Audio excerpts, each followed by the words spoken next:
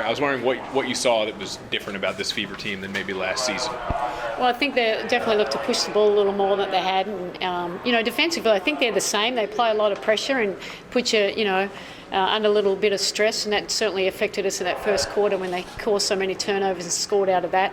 But I think, the overall, I think she's just trying to get them to play faster and just read off the action that she has. So, a lot of the offense is still pretty similar and a lot of the players are still pretty similar. So it still looks like a tough Indiana Fever team to me.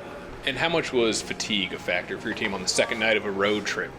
Well, obviously, when you fly from Phoenix to New York and then come back to Indiana, that's a factor, but that's not an excuse. Everyone has to go through that as well. So, look, I thought I'd give credit to our players. They fought hard. It was a very competitive, high-standard game, and, that's just what we have to do. Now we go back to Phoenix and play at 12 o'clock on Sunday, so think about that fatigue. But, we'll hang in there as much as we can and just keep getting better as a team. Did you feel that kind of fast break pass from Tamika was kind of a backbreaker for your team? Definitely. It did hurt us in that when you give up an easy basket and transition when the game's so close. You'd rather make a contested shot than those easy ones. So it's unfortunate, but we just we're a new team as well. We just got to keep learning from our mistakes and stay together and keep moving forward. And last question, Bonner.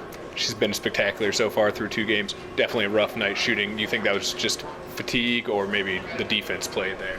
Well, I think a bit of both. DB, she, obviously we want her to be aggressive, so I don't mind that. As long as she's taking good shots and being aggressive, that's her game. Sometimes you make them, sometimes you miss them. So, she's our go-to player, and she played hard. I give her credit for that. She's playing a lot of big minutes, and we're making her play defense as well. So, I don't have a problem with that. She'll bounce back. How tired is this group right now on the second night of a road back-to-back? Oh, I'm fine. I can't speak for the rest. It's not easy. For a lot of people, this is their first time experiencing a back-to-back. But I definitely think we fought harder tonight than we did last night. So that's a good thing. And, this team you've played against the Fever before. How different do they look under the direction of Coach White?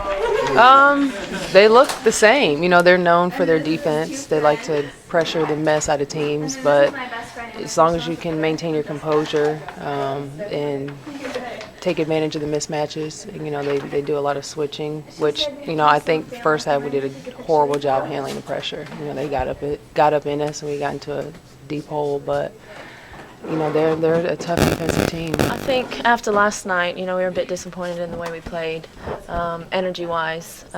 So even though it was a back-to-back, we really just tried to push the tempo a bit more and, play our style. I think we did a good job fighting back, but it was a terrible start. I think we had 11 turnovers or something.